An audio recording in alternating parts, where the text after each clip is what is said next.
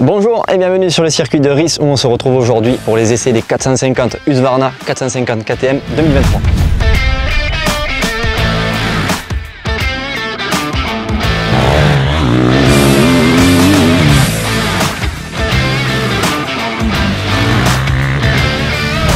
Pour commencer par le tronc commun de ces KTM Husqvarna 2023, Blaise, tu peux commencer. De manière générale, ce sont des motos très bien équipées, ça fait déjà des années que c'est comme ça et de plus en plus ils continuent avec cette philosophie. Si tu peux nous citer vraiment ce que tu apprécies sur une KTM, une Husqvarna aujourd'hui.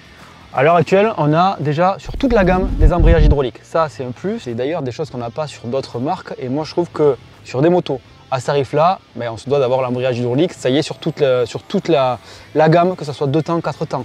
On a aussi le démarreur, 2 temps, 4 temps. Donc ça, c'est une bonne chose.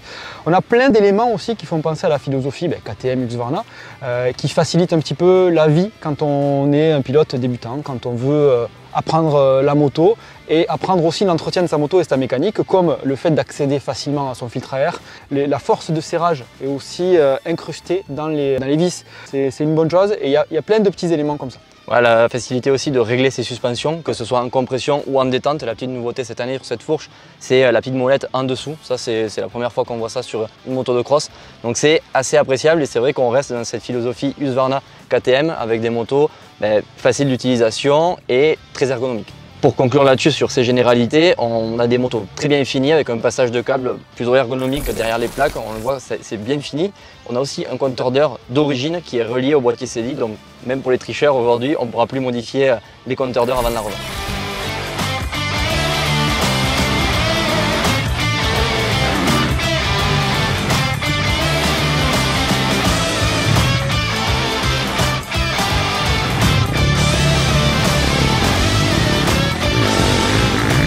Ce sont donc les grosses cylindrées de chez KTM et Husqvarna que l'on essaye aujourd'hui. Blaise, premier ressenti quand tu montes sur ces grosses machines, toi qui n'es pas le plus gros des gabarits, qu'est-ce que tu en as pensé?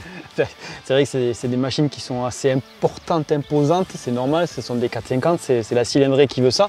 Après par contre on a un guidon qui est bas, assez plat, une moto qui est pas très large et pas très grosse, donc ça fait que quand on monte dessus, on ne sent pas qu'on va avoir affaire à un camion qui va être très difficile à mener dans les ornières. Sur le premier ressenti, quand on roule, c'est ce qu'on ressent, c'est-à-dire qu'on n'a pas la moto la plus maniable du monde, mais par contre elle est quand même correcte en maniabilité. Pareil en suspension, les suspensions, quand on raccélère dans les ornières, la moto adhère quand même.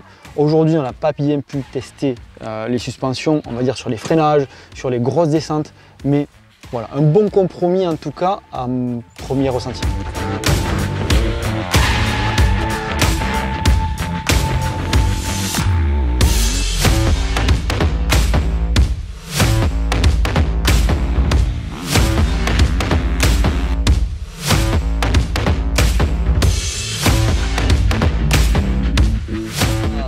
Dans ce premier ressenti-là, tu as mixé les deux motos, elles sont légèrement différentes, les Husqvarna et les KTM. Est-ce que tu peux nous parler de ces différences? Le bloc moteur est identique entre KTM et Husqvarna. Ce qui différencie un petit peu, c'est la partie cycle, suspension et c'est surtout l'arrière de cadre en fait qui est différent sur l'Husqvarna par rapport au KTM. On a les mêmes matériaux sur les deux, mais géométrie différente. Voilà, géométrie différente, c'est un petit peu différent. Ce qui différencie aussi, c'est fourches amortisseurs qui sont plus bas de 1 cm sur le Husqvarna. On a des choses qui différencient un petit peu les deux machines à ce niveau-là.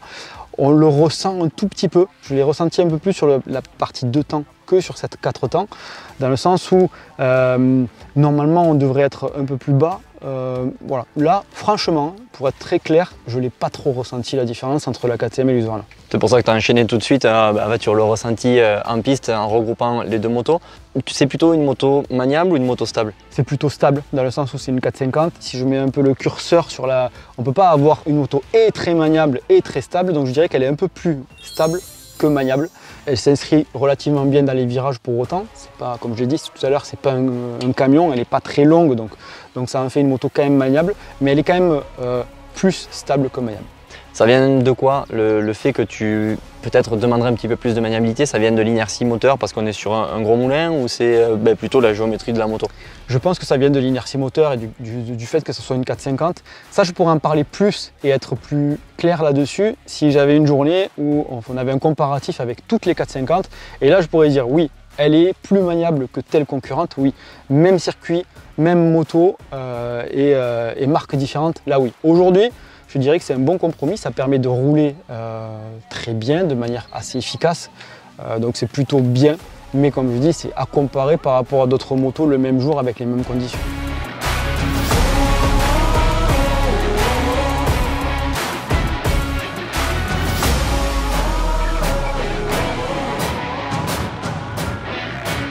La 450, c'est la catégorie reine en motocross. C'est dû à sa puissance moteur. Justement, ce moteur, quand tu prends cette moto dans les premiers tours de roue, tu as roulé dans la boue, sur le sec aujourd'hui. Est-ce que c'est une moto qui est compliquée à piloter? Non, c'est une moto qui est quand même exploitable, dans le sens où sur cette gamme KTM 2 temps ou 4 temps, on a deux courbes moteurs, une courbe soft, une courbe hard, qui ont des caractères complètement différents, où la courbe soft, ça assagit réellement la moto sans lui faire perdre du couple. Donc ça, c'est assez intéressant sur une moto comme celle-là, où on a quand même du couple à bas régime. C'est une moto qui est exploitable. Elle garde son inertie moteur, mais pour autant, elle est assagie au niveau du moteur. Donc ça permet à un pilote qui a un niveau un peu plus faible, ou alors qui reprend après une trêve, d'avoir une moto plus facile à piloter. Et on a une courbe qui est plutôt hard, qui permet vraiment d'envoyer fort, d'avoir une moto un peu plus typée, entre guillemets, supercross, où on a la puissance qui arrive directement. Dernière rubrique, les vidéos sont de plus en plus longues chez Amis Réflexion, mais c'est normal, c'est parce que les motos évoluent aussi. On a ajouté de l'électronique sur ces machines. Il y a le shifter, il y a le traction control, il y a le launch control pour les départs. Si on commence par le shifter, est-ce que tu peux expliquer ce que c'est? Est-ce que tu as ressenti en l'utilisant? Le shifter, c'est le fait que quand on passe la vitesse, on a une coupure à l'allumage qui se fait automatiquement et on n'a pas besoin d'embrayer. Donc ça peut être activé ou désactivé. J'ai essayé avec, j'ai essayé sans. Je préfère sans, clairement, parce qu'un shifter, ça change. Il faut changer son pilotage pour être efficace avec ce shifter-là.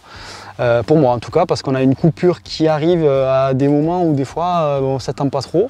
Donc globalement, je ne suis pas trop pour l'électronique, pour ces avancées électroniques. Je ne suis pas trop pour, pas parce que je suis contre l'avancée, je suis contre la nouvelle technologie, juste parce que je trouve qu'on est mieux en gérant nous la puissance que en le faisant de manière électronique où on ne contrôle pas les choses. C'est-à-dire qu'il faudrait plus adapter ton pilotage et faire du testing en fait en adaptant son pilotage à ces coupures qui se font à tel moment, et là ça serait efficace. Voilà, exactement. Alors par contre ça peut être efficace surtout sur une 450, 450, 3,5 au départ, même 2,5 d'ailleurs, au départ, où on part en deux, on laisse gas en grand et on passe ses rapports à la volée sans avoir à mettre ce petit coup d'embrayage. Peut-être que si on a une roue d'avance grâce à ça, ça nous permet de partir devant. Donc là ça peut être efficace. Après en piste, je suis moins satisfait de cette partie-là. On a le shifter, on a la partie launch control et traction control. Launch control, c'est les départs, c'est le fait que la moto, on met à fond, elle coupe à un certain régime moteur. Là pareil, moi je suis pas trop pour ça, je suis plus pour le fait d'enfoncer sa fourche à fond et de laisser la moto libre. On l'a pas essayé aujourd'hui, mais je trouve pas fou. Et la partie traction control, c'est le fait de rouler dans la boue et que quand on met gaz en grand, la moto elle coupe électroniquement pour pas qu'elle parte en travers et qu'on ait moins de puissance. Pareil dans le sens où la moto coupe quand on s'y attend pas, et je trouve pas fou. C'est pas mon truc. Donc la moto, si je reste vraiment sur la globalité, elle est plutôt bonne. On a des suspensions à tester sur un autre circuit, on a une maniabilité qui est correcte, on a un moteur qui est très bon, qui est efficace, coupleux, qui est encore meilleur avec ces deux courbes où on a un moteur plutôt soft et plutôt hard qui donne de la puissance. Mais la partie électronique, non, je suis pas pour. À qui tu conseillerais cette moto? C'est moto, parce qu'on en a deux, en fait, on a groupé les deux, parce que c'est vrai que tu as senti peu de différence finalement entre la Husqvarna et la KTM. Très franchement, à qui tu les conseillerais? Très franchement, à part la couleur, j'ai peu senti de différence. Je suis monté sur l'une et sur l'autre directement après. On m'a dit alors, c'est quasiment les mêmes, vraiment. C'est les mêmes.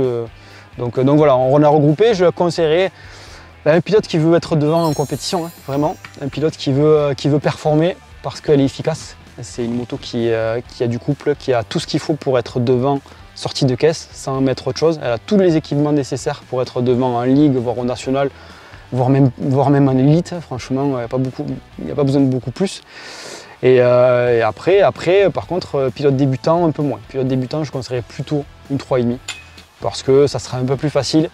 Voilà. Pilote débutant qui a un grand gabarit assez solide, oui. Pilote débutant qui a mon gabarit, un bon grand 1m70 on va dire, et un bon grand 70 kg, on va plutôt aller sur de la 2,5 et de la 3,5. Merci Blaise pour cet essai. Et nous on a des petits gabarits, donc c'est pas sûr que ça sera notre prochaine moto, la grosse 450, mais n'hésite pas à nous dire si tu es plutôt petite cylindrée, grosse cylindrée, juste en dessous en commentaire. Et de mon côté, je te retrouve très bientôt pour un prochain test sur MX Réflexion.